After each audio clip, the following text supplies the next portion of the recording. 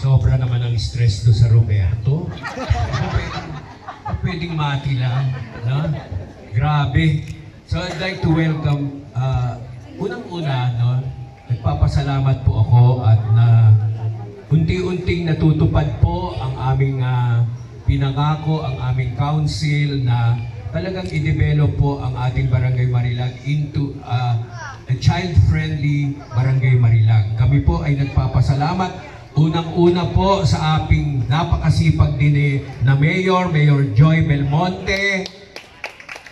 Palakpakan po natin ang ating walang pagod na naninilbihan sa ating syudad at wala rin pagod na naninilbihan sa 3rd District ng ating Quezon City. Palakpakan po natin ang mas gwapo sa kanyang anak, si Congressman Franz Pomaren. At siyempre, hindi rin magpapatalo ang ating ikatlong distrito sa kagwapuhan at kasipagan din nitong mag-amang ito. Kasama na rin ang ating konsehal, bagong halal, konsehal Luigi Pomaren.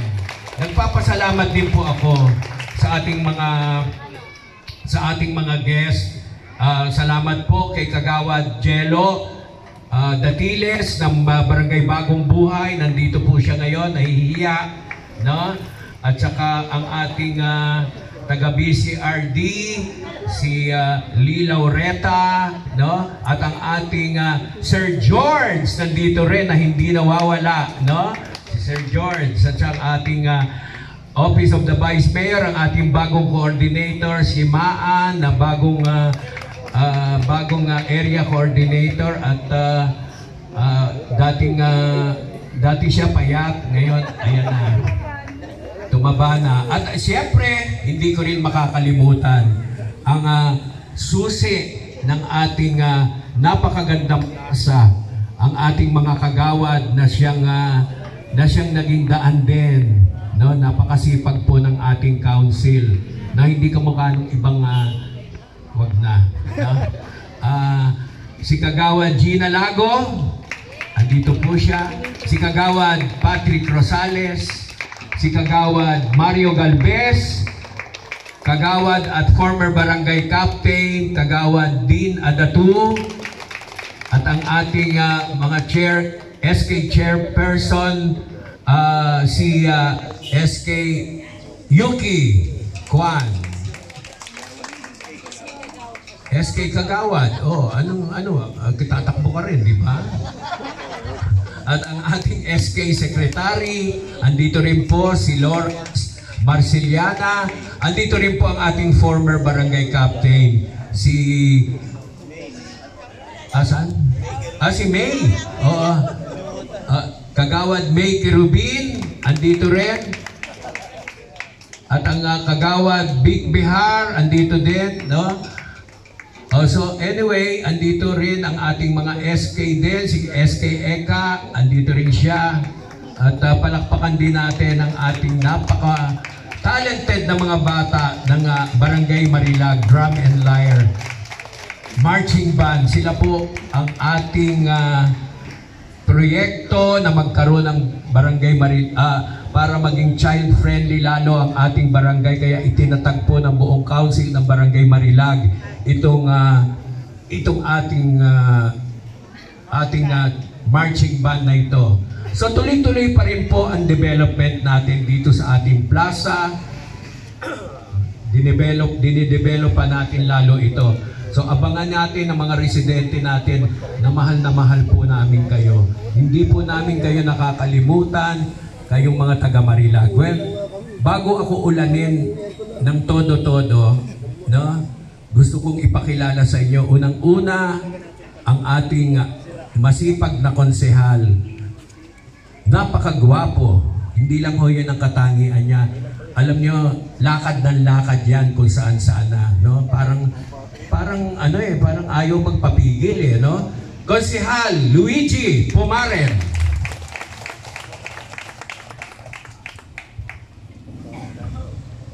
Thank you, Kap. Pinapolo mo ata ako eh. Anyway, magandang umaga po sa atin lahat. Hindi ko na po natatagalan dahil medyo maambon na po. bago po ako magsimula, nais po ba din ng ating Congressman Franz Tumaren. Ang punong barangay ng Barangay Marilag, Kap Mati, and the rest of yung council niya. Nandito din po yung si former barangay captain, Kap Andy. And the rest of the guests, magandang umaga po.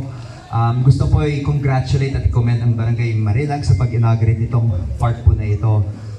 Actually, pag umikot po ko, hindi lang po dito sa QC, kundi sa pag umikot po ko, napapansin ko, paunti-unti na po yung mga parks po para sa mga bata. And I feel and I genuinely believe na importante po na magka-parks po or designated safe spaces yung mga bata para mapaglaro. Alam naman po natin, madami pong mabuting makikuha sa paglalaro ang mga bata. And I will continue as councilor, I'll continue to support programs such as this because it's very important for safe spaces for children. And I will rest assured na dito po ako lagi para sa inyong Barangay Marilag. And sa buong District 3, itong Barangay Marilag, malapit po ito sa akin sa puso ko dahil halos lumaki po ako dito. Simula bata pa lang po ako, naglalaro po ako dito sa court sa Barangay Marilag. And nung bata ko, wala pa ako ganang klaseng programa. Ayun lang, walang playground na kato. So talagang natutuwa po ako, and I'm sure matutuwa po yung mga bata at mga magulang dito na may playground po ng mga napakagandang playground dito po sa Barangay Marilag. Muli, congratulations po sa inyong lahat at dito lang po lagi ako para sa inyo. Thank you.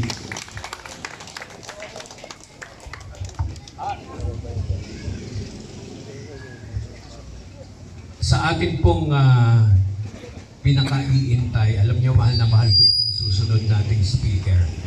At alam niyo, naging parte na rin siya ng Barangay Marilag. Hindi lang parte, talagang taga dito na rin siya. No? So hindi ko na rin po pahabain ang napakasipag nating nananatili forever na talagang hindi mapigilan din ang kasipagan. Congressman Franz Tumaren. Maraming salamat Kap Roberto at sa ating mga barangay officials, si Father Billy. Maulan na umaga sa inyo lahat. Di ba may kasabihan tayo, pag umuulan na, ano ibig sabihin? Hindi, mababasa tayo. Basically yun. And of course, itong ating bagong Plaza Marilag, ito ay magiging barometer not only in District 3 but I guess in the whole Quezon City. As you can see na talagang it was well planned. Kanina nga pinag-usapan namin ni Father Billy, maganda yung artificial turf because if you put the natural grass, ang tendency is mabilis makalbo, di ba? Dahil we wear and tear. And of course, kagaya ng sinabi ni Luigi, yung ating equipment, ang ating mga gamit, is talagang pinag-isipan ng gusto na hindi yung basta meron lang mga proyekto. That's why I share the same sentiments ng mga barangay officials dito, from the SK hanggang sa kapitan, na important sa atin, sa ating mga barangays, dapat is yung hindi lang basta makapagproyekto, makapagbigay ng meaningful at quality projects. And of course, kagaya ng sinasabi ko, kami ni Luigi is already an adopted taga Marilag. We're almost here every day. Dito kami nag-uopisina. Kahit may opisina akong bago na district office sa Barangay Quirino Dubi, we still choose to be here because we're family here. At ako'y natutuwa na walang tigil ang development dito. Kaya nga minsan, pag nakikita ko si Kap Mati or any of the barangay officials here, minsan natatakot na ako dahil alam ko may hingi na panibagong project Nagseselos na ibang barangay sa akin. Laging sinasabi nila, ang love mo lang ata Barangay Marilag. Pero lagi ko silang kinukorek. Sabi ko, hindi ko love ang Barangay Marilag. Love na love ko ang Barangay Marilag.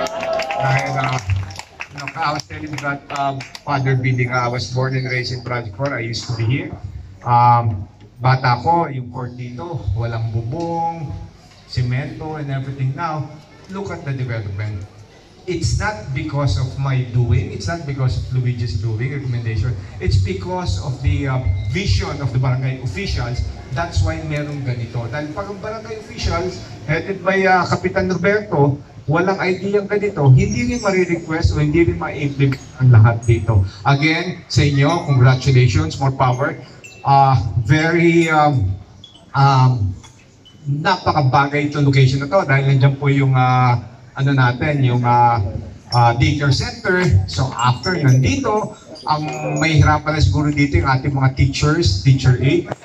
Baka mamaya, instead of pumapasok yung mga bata, nandito po naglalaro. Again, this is not a project of the barangay. This is a project for the people of barangay. And of course, sa ating mga neighboring, mga neighbors natin ng barangay dito. Again, congratulations. May Barangay Marilag a shining example, not only here in District 3, but the whole Quezon City. This will be the blueprint right now of District 3 on how to build a child-friendly park. Sa inyo lahat, maraming salamat, more power. At kagaya na sinasabi ko, this is a very memorable occasion dahil napakaganda talaga nito. Maraming salamat. And of course, yung sa ating bata, kaya pala nagpa-practice kapon. You know what's so funny? May meeting ako dyan. Si Nico, sabi ni Nico, bili ka na nga ng ice cream doon para tumigil na magkalembang dahil nahihirapan. Sabi ni Luigi, hindi nagbebenta ng ice cream yun. Yun ay nagpa-practice dahil nga para sa event ngayon. Nakala ni Nico, nagbebenta ng ice cream. Sabi, bili mo na nga yun para matigil na at lumipad tayo. Again, maraming salamat. Jay, nice to see you. You're looking good. Okay. Thank you. Maraming salamat. Good morning.